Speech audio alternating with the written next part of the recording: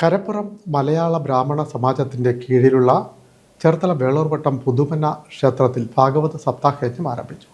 വൈശാഖ മാസാഘോഷത്തിൻ്റെ ഭാഗമായിട്ടാണ് സപ്താഹയജ്ഞം സംഘടിപ്പിച്ചിട്ടുള്ളത്. CMRL general manager NS Balakrishna Kartha ഭദ്രദീപ പ്രകാശന കർമ്മം നിർവഹിച്ചു.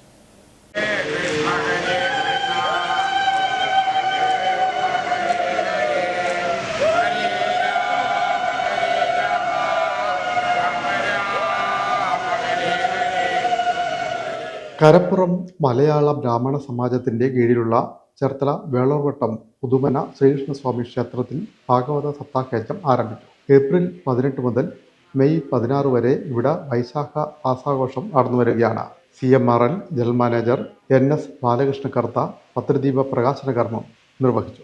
ബ്രഹ്മശ്രീ PC ചന്ദ്രശേഖരൻ ഇളയത് ഗുരുവായൂർ, ബ്രഹ്മശ്രീ ഗോപകുമാര ശർമ്മ കലവൂർ, രാധാദേവി എന്നിവരാണ് യജ്ഞാചാര്യന്മാർ. ബ്രഹ്മശ്രീ പെരുമന വാസുദേവ ശർമ്മ യജ്ഞ ഹോതാവാണ്.